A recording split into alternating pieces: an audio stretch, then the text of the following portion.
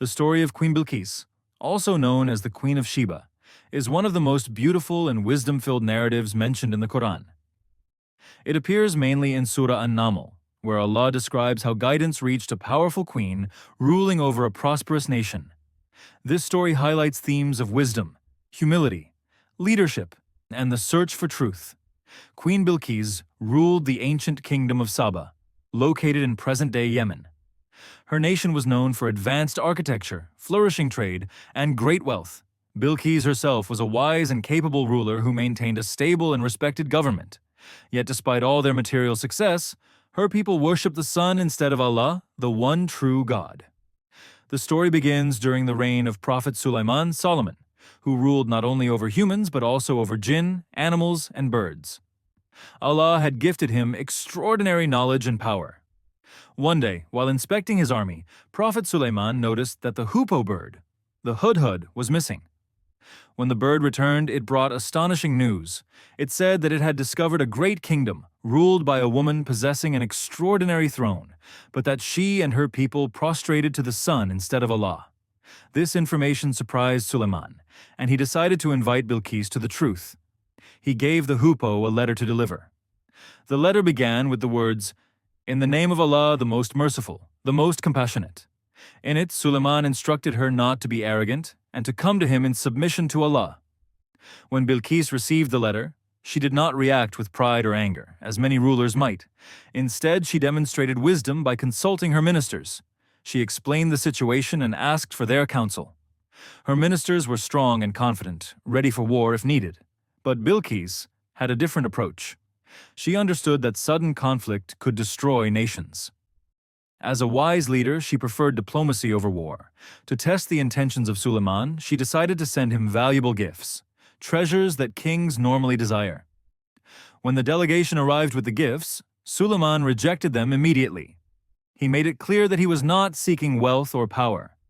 Allah had already blessed him far beyond material riches. He sent the messengers back with a message that said, the gifts they offered were nothing compared to the gifts Allah had given him. This response impressed Bilqis. She realized that Sulaiman was not an ordinary king, and that his mission was not political. He was a prophet guided by Allah. She decided to visit him personally and understand the truth for herself. Before her arrival, Sulaiman wanted to demonstrate Allah's power to her. He asked his council who could bring him her throne before she reached him.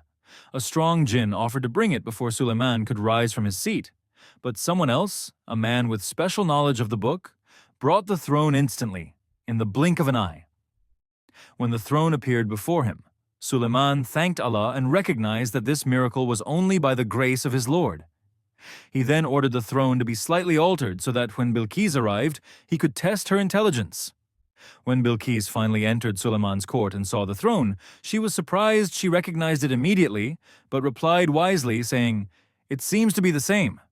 This showed her intelligence and careful thinking. She neither denied nor accepted blindly. She spoke with insight. Then Sulaiman invited her to enter a palace where the floor was made of clear crystal. Under the crystal floor, water flowed with fish swimming within it. The design made it look as if she were about to step into water. Thinking the floor was water, she lifted her garment to avoid getting it wet. Sulaiman explained to her that it was only a crystal surface. This moment deeply impacted her. She understood that such knowledge and engineering were beyond human ability alone. She realized that Sulaiman was supported by divine power, and that Allah was guiding him. These experiences softened her heart and opened her eyes to the truth. Finally, in a moment of humility and sincerity, Queen Bilqis declared, "My Lord, I have wronged myself, and I submit with Sulaiman to Allah, the Lord of the worlds." With this, she accepted Islam and turned away from the worship of the sun. Her submission represents spiritual awakening and the victory of truth over false beliefs. The story of Bilqis teaches many lessons. First, it highlights the importance of wisdom and leadership. Despite ruling a powerful nation, she remained humble, thoughtful, and open to advice. She did not rush into war, nor did she let pride cloud her judgment. Second, her story shows the value of seeking truth. When presented with the signs of Allah, she reflected deeply instead of rejecting them. Her intelligence allowed her to recognize truth when it appeared before her. Third, the story demonstrates the importance of humility. Bilquis did not consider herself above correction. Even with her great power and wealth, she admitted her mistake and submitted to Allah. Lastly, the story is a reminder of how Allah can guide anyone, no matter their status, when there is sincerity in the heart. A queen who once worshipped the sun became a believer in the one who created the sun. Thus, the story of Queen Bilqis is not only historical, but a timeless lesson in wisdom, humility, leadership, and spiritual transformation. Her journey from worldly power to divine guidance remains one of the most inspiring examples in Islamic tradition.